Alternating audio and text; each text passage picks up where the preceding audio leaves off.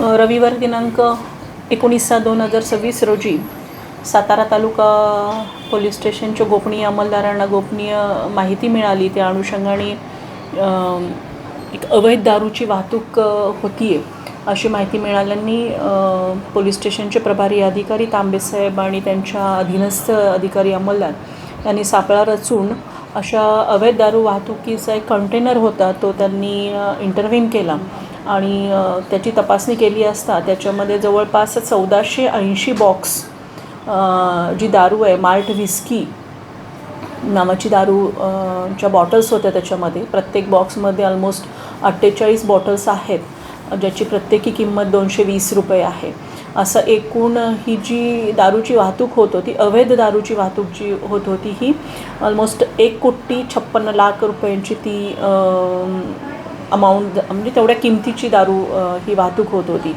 आणि यासाठी ही वाहतूक करताना त्याच्यामध्ये जी माल्ट व्हिस्की हा जो ब्रँड लावलेला आहे या ब्रँडची कुठेही दारू तयार होत नाही किंवा अशा पद्धतीची मार्केटमध्ये लायसन्स्ड लिकर नाही आहे याची खात्री केल्यानंतर याच्यामध्ये सरकारचा कर चुकवण्याच्या हेतूने सदरची वाहतूक होत होती. त्या अनुषंगाने याच्यामध्ये आपण फसवणुकीचा गुन्हा देखील दाखल केला आहे. त्याचबरोबर महाराष्ट्र दारूबंदी अधिनियमचे देखील कलम या ठिकाणी लावण्यात आलेले आहेत आणि कंटेनर सहित सदर दारूची किंमत जी आहे ती एकूण किंमत आहे 1,98,00,000 रुपये 48,000 इतक्या मोठ्या किमतीची अवैध दारू या ठिकाणी सातारा तालुका पोलीस स्टेशननी जप्त केलेली आहे. 2 आरोपी याच्यामध्ये अटक केलेले एक आरोपी अटक केलेला आहे आणि अजून एक आरोपीची इन्फॉर्मेशन आहे जी आपण फर्दर इन्व्हेस्टिगेशनमध्ये त्याला अटक करू. याच्यामध्ये उपविभागीय पोलीस अधिकारी विपुल पाटील आहेत, पोलीस स्टेशनचे प्रभारी अधिकारी तांबेसाहेब आहेत आणि या ठिकाणी गोपनीय अंमलदार ज्यांना ही माहिती मिळाली आणि ज्यांच्या माहितीवर ही कामगिरी झाली ते अंमलदार नारनवर हे आहेत. तर निश्चितच एक चांगली कामगिरी आपण पश्चिम महाराष्ट्रामध्ये गेल्या महिन्यामध्ये जी काही घटना घडली ज्याच्यामध्ये 3-4 पोलीस युनिटमधले मिळून बरेच अशा पद्धतीने चुकीच्या पद्धतीने जी काही दारू तयार होते मग हातभट्टीची असो किंवा स्पुरियस लिकर असो ते प्राशन केल्याने लोक मयत झाले.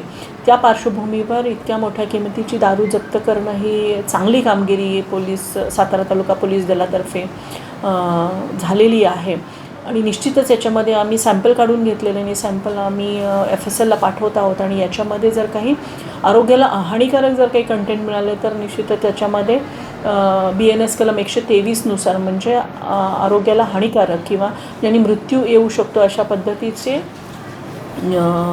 पदार्थ तयार करणं आणि ते लोकांना खाण्यासाठी किंवा प्राशनासाठी अवेलेबल करून देणं हे कलम देखील आम्ही वाढ करत आहोत.